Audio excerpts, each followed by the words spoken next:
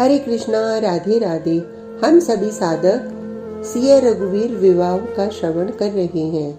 आज का प्रसंग, तेहि क्षण राम मध्य धनु तोड़ा।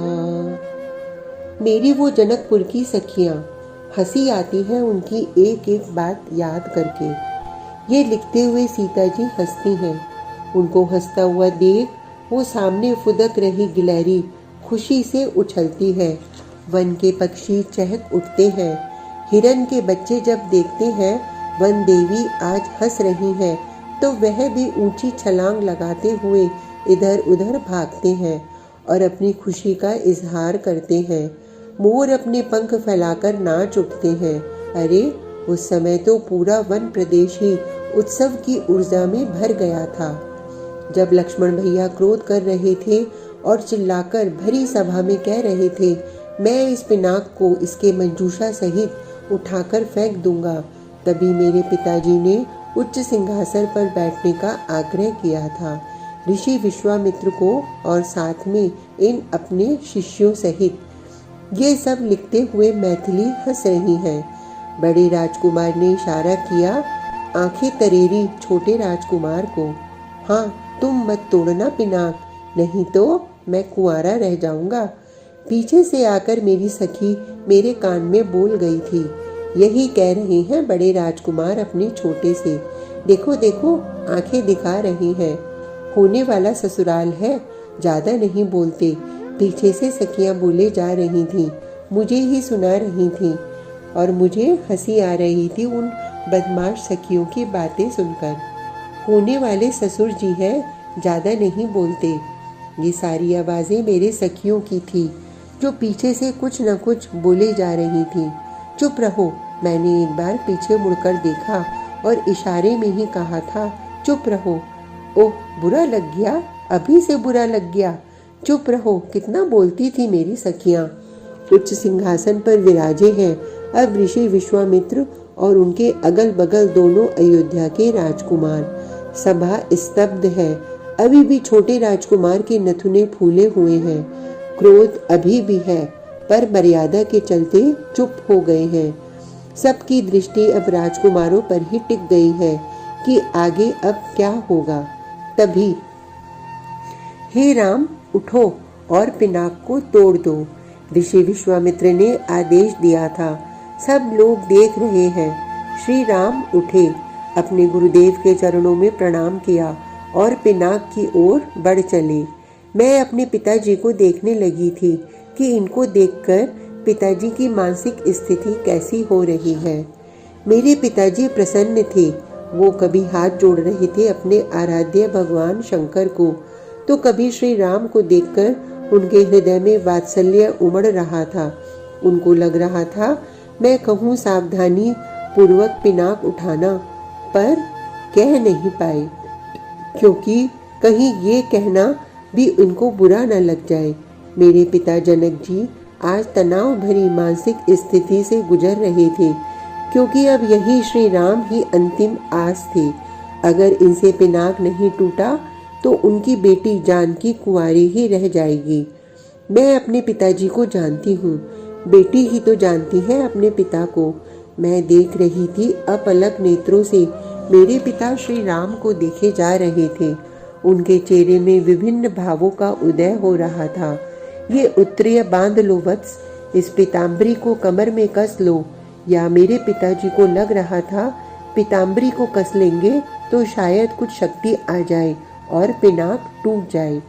हाँ, पिनाक तो चिन्मय है ना।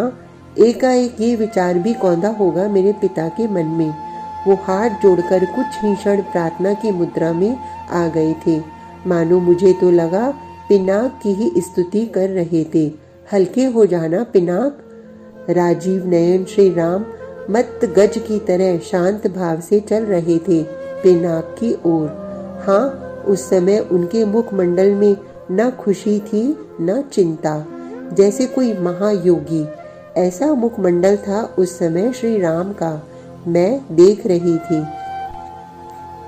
महारानी सुनैना रो रही हैं। उनके रोने की आवाज आ रही है। चुप हो जाओ महारानी, सब ठीक हो जाएगा। मैंने भी सुना। मेरी माँ सुनैना रोने लगी थी। उनकी दासियां उन्हें समझाने में जुटी हुई थीं। अब क्यों ये नाटक करवा रही हैं महाराज? ये राजकुमार तो फूलों से भी कोमल है। ये भला तोड़ पाएंगे इस पिनाक को? क्यों हंसी का पात्र बना रहे हैं महाराज हमें? मेरी माँ का वात्सल्य प्रकट हो गया था श्री राम के प्रति। अरे बड़े बड़े वीर, बड़े बड़े महावीर इस पिनाक को कंपित भी नहीं कर पाए। अरे रावण कोई कम वीर तो था नहीं, पर क्या उस रावण से भी ये पिनाक कंपित हुआ? नहीं हुआ ना। फिर ये सुकुमार राजकुमार क्या उठा पाएंगे पिनाक को? बंद करो ये नाटक, बंद करो। महारानी, आपकी पुत्री जानकी भी तो सुकुमारी है। आपकी पुत्री जानकी भी तो फूलों से भी ज्यादा कोमल है। क्या राजकुंवरी ने पिनाक को नहीं उठाया? हाँ, ये तर्क ठीक दिया था माँ की एक दासी ने। छोटा कहकर किसी की अवहेलना तो उचित नहीं है ना। मंत्र छोटा ही तो होता है, पर क्या वो छोटा मंत्र देवों को वश में नहीं करता? अंकुश कितना छोटा होता है महारानी, पर बड़े बड़े हाथियों को भी वश में कर लेता है। इसलिए कोई छोटा है कहकर उसकी अवहेलना न की जाए।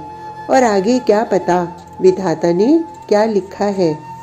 उस ज्ञानवृत्त दासी ने जब मेरी माँ सुनैना को इस तरह समझाया, तब जाकर शांत हुई थी मेरी माता।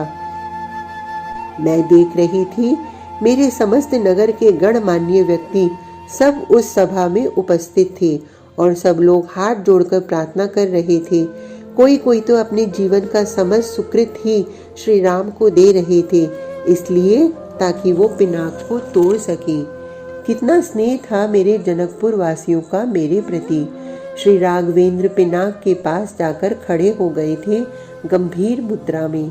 उन्होंने एक बार चारों ओर देखा था, फिर अपने गुरुदेव को प्रणाम किया। उफ, मेरी तरफ भी उन्होंने देखा। मैंने तुरंत अपनी आंखें बंद कर ली। हे गणेश जी कृपा करो, हे गणपति कृपा करो। मैंने प्रार्थना करनी शुरू कर दी थी। आपके पिताजी का ही पिनाक है ना ये? आप चाहे तो कुछ भी कर सकते हैं।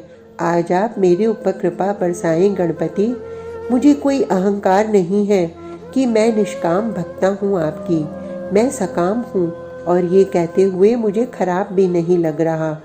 हाँ, मैं कह रही हूँ आपको हे गणपति, मैंने आज तक जितनी आपकी सेवा की है उसके फलस्वरूप मुझे आपसे आज यही चाहिए कि पिनाक इनके हाथों टूट जाए। बस इतना दे दो मुझे। हे पिनाक, अब मैं पिनाक से ही प्रार्थना करने लगी थी। हे शिव धनुष, मुझे देव ऋषि नारद जी ने कहा था आप जड़ नहीं हैं, आप चिन्मय हैं। फिर तो आप मेरी प्रार्थना भी सुन लेंगे ना। तो हे पिनाक, मेरी इतनी ही प्रार्थना है कि मेरे प्राण श्री राम अभी जब आपको छुएंगे तभी आप फूलों के समान हल्के हो जाना, क्योंकि मेरे प्रभु श्री राम कोमल हैं। इनके छूते ही आप स्वयं उठ जाना। मेरी इतनी ही प्रार्थना है आपसे। इतना कहकर मैंने अपने हाथों में जयमाला उठा ली। सखियां बोली, जयमाला क्यों? अभी तो पिनाक टूटा नहीं है, अब टूटेगा। मैंने पूर्ण विश्वास से कहा। वरमाला से मैं अपने श्री राम को देखने लगी थी। श्री राम ने फिर मेरी ओर देखा। उनका वो प्यारा मुखमंडल, उनके वे नयन, उनका वो वक्ष, उनकी वो पीताम्बरी, उनकी वो घुंघराली अलकें, उनकी वो विशाल बाहों, बस एक क्षण के लिए ही रुके होंगे वो राजीव नयन। एकाएक विद्युत की भांति पिनाक को एक ही हाथ से उठा लिया और एक तरफ के भाग को धरती में टिकाकर उसकी डोरी दूसरे भाग में बांधने के लिए जैसे ही पिनाक को झुकाया, एक तीव्रतम ध्वनि के साथ ऐसी भीषण आवाज थी जैसे हजारों ज्वालामुखी फूट पड़े हों, भीषण विस्फोट हुआ हो, ऐसा सबको लगा। पिनाक को तोड़कर फेंक दिया था श्री राम ने। धरती कांप गई, चांद तारे इधर उधर हो गए, सूर्य अपनी गति भूल गया, ब्रह्मांड कंपित हो गया। ओह, उस समय मेरे नेत्रों से अश्रु बह चले थे। आनंद की मात्रा ज्यादा हो गई थी। आनंद के आंसू सबकी आंखों में थे। फूलों की वर्षा आकाश से होने लगी थी। शहनाइयां बज उठी थीं। मंच से कूदकर छोटे राजकुमार नीचे आ गए थे और वो छाती तान कर सबको ऐसे देख रहे थे मानो कह रहे हों, देखा मेरे श्री राम को। मेरी सखियां उछल रही थीं।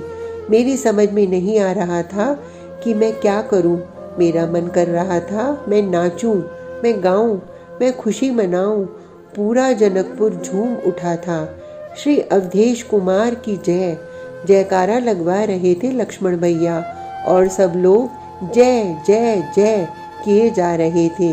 श्री कौशल्या नंदन की जय, श्री चक्रवर्ती कुमार की जय, श्री राघवेंद्र प्रभु की जय। आज का प्रसंग इतना ही। कल तक के लिए हरे कृष्णा, राधे राधे।